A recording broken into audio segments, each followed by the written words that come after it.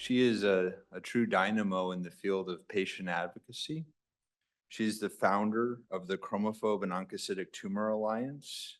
She started a website blog, which is katiekickscancer.org, and she is about ready to have her first book available for purchase. It's been published, called Too Young for Cancer. And so Katie has a remarkable story and journey, and I'm very excited that she's going to have a chance to share it with us today. So Katie, welcome. Thank you for joining us. You want the microphone, or how do you want it to do? See if I can reach this microphone. We can. All right, can y'all hear me? Okay. Thank you for that very kind introduction. I wanted to share my story with you all here today, but far more important than I think my story is also the power of community, because without the power of the community, I wouldn't be standing here today. So my name is Katie Coleman. I am the founder and president of COA, the Chromophobe and Oncocytic Tumor Alliance, but I'm also a stage 4 kidney cancer survivor. So a little bit of backstory. I was diagnosed in December of 2020 in the ER, where we found a 12-centimeter tumor on my right kidney and about what would end up being about 15 or more tumors in my liver. I was 29 years old at the time and a newlywed. I was married just 2 months prior. So to say that we were devastated would have been an understatement.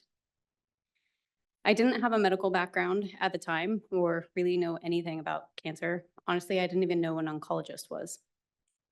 But due to the rarity of what I had, it was clear that I was going to need to ramp up my learnings quickly, because as the diagnostics began to roll in, it started to look more and more like this gigantic tumor on my right kidney had somehow lost the benign memo when it had spread to my liver. As my biopsy results returned, it started to look more and more like this was looking like a metastatic oncocytoma, which was causing a bit of a problem since metastatic oncocytomas aren't supposed to exist. Oncocytomas, as we learned in some of the presentations earlier here today, are typically known to be benign tumors. They pretty much never spread. There are single-digit case reports worldwide in history of it spreading. Unfortunately, I was one of those cases, which is what gave me a stage 4 kidney cancer diagnosis when it spread to my liver. Due to the rarity of my situation, my prognosis initially didn't look great. Surgery wasn't an option due to the extent of disease I had. And because what I had was so rare, no one really knew how to treat it. Any of the medications that we've seen today had never been tried in it before. So my husband and I, after many second opinions, ended up coming down here to MD Anderson, where surgery still wasn't an option at the time, but they did understand the biology of my tumor a little bit better and recommended a different frontline treatment option. Immunotherapy was initially suggested for me, but as we saw in one of the earlier presentations on chromophobe kidney cancer, which mine shares a lot of similarities with, sometimes might not respond to immunotherapy. So I was started on Cabometyx instead, and I was on that treatment for about 2.5 months. What slide are we on here? Okay. I was on that treatment for about 2.5 months until a serendipitous event led me to the National Cancer Institute, where they were offering me a very large surgery and to coordinate with MD Anderson afterwards for follow-up. Due to the very specific biology of my cancer, this was kind of one of my best shots and the only shot of a durable response for me. So I stopped treatment and immediately began pursuing surgery. I went through with that surgery on June 21st, or on June 29th in 2021, where we would do a right nephrectomy. So we'd remove my right kidney. We did about 5 wedge resections of my liver, and then we burned about 10 tumors in my liver during that procedure as well. And then a few months later, we went back and burned about 5 more that were left behind in my liver. Since then, for the past 3 years, I have been off treatment with no active cancer and on active surveillance.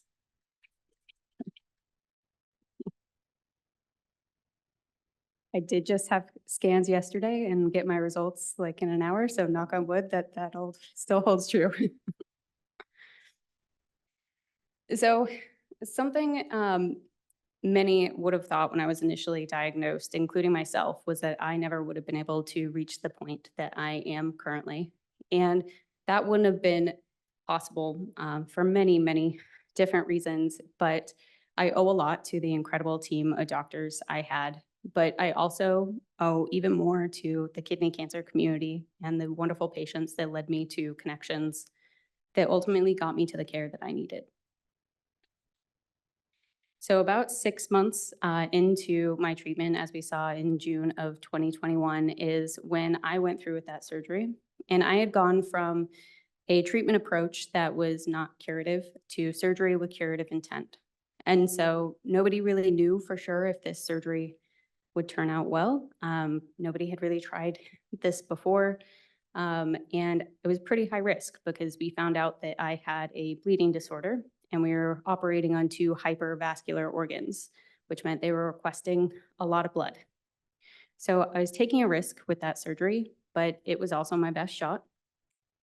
And so I made a promise to myself after being diagnosed stage 4 with such a rough prognosis in the beginning that if I made it to and through that surgery, I would use whatever time I was given to try to make things better for other patients that came behind me one day, as I knew my prognosis had the chance to possibly shift after I got through it, which is what I have dedicated my life to ever since.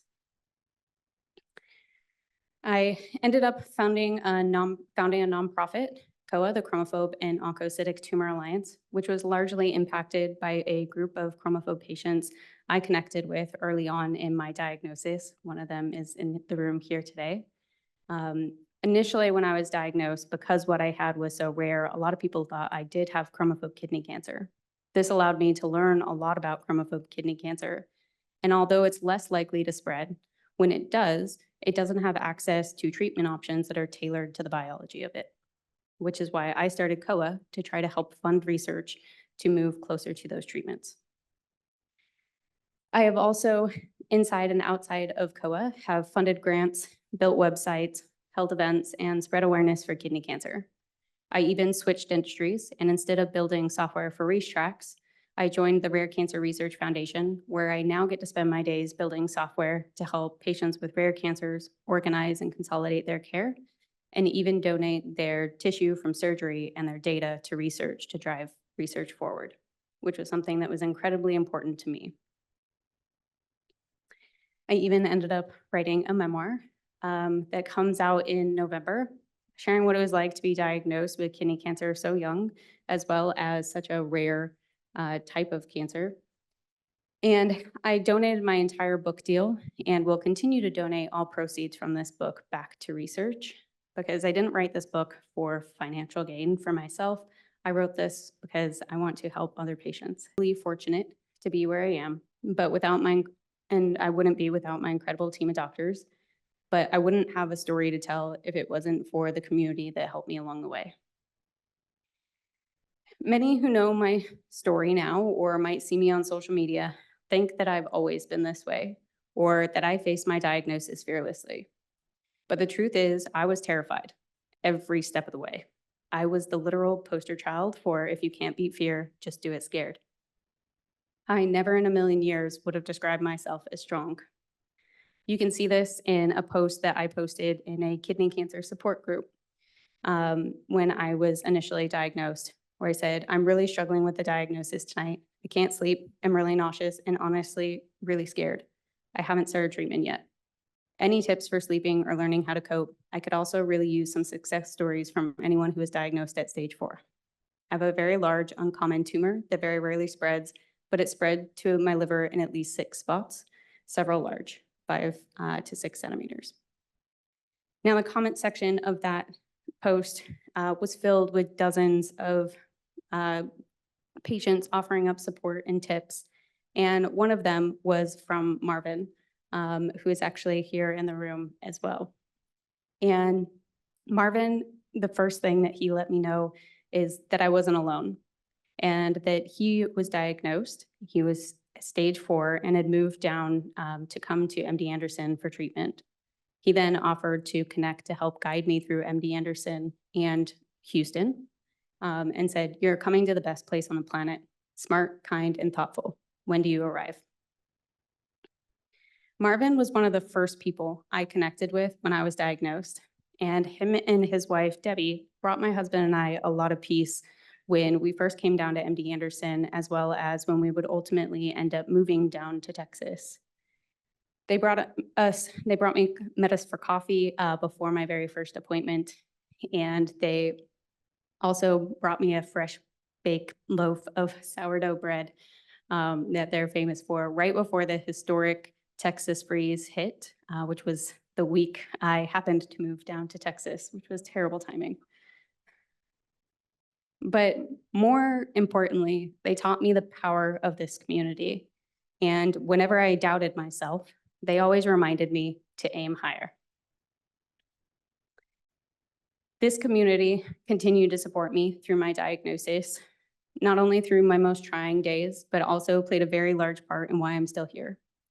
Everything from the kidney cancer awareness post, another avid advocate in the space, Laura Espiller, posted, who was my own beacon of hope through my treatment, a post that eventually ended up becoming the catalyst to me getting to surgery at the NCI. And also the beautiful sea of strangers that when there was a blood shortage, as they were requesting over 60 units of blood for my surgery alone, all gathered together to share a request for blood donations the week before my surgery, which was threatened to be canceled. Thankfully, all of those donations came in. This was far before I had a social media reach, but the power of this community was a big part of what made that happen. Without this community, I know things could have turned out very differently for me. I feel truly blessed to have been a part of it with you all and to be able to continue the support that others once showed me and be able to carry on that support to other patients as well. So my parting piece advice to all the patients and caregivers in this room is if you aren't involved with the community or haven't had a chance to connect with another patient, please reach out and introduce yourselves here. There is no force greater than this community, and I am blessed to be a part of it with you all. No one fights alone, so let's all keep aiming higher.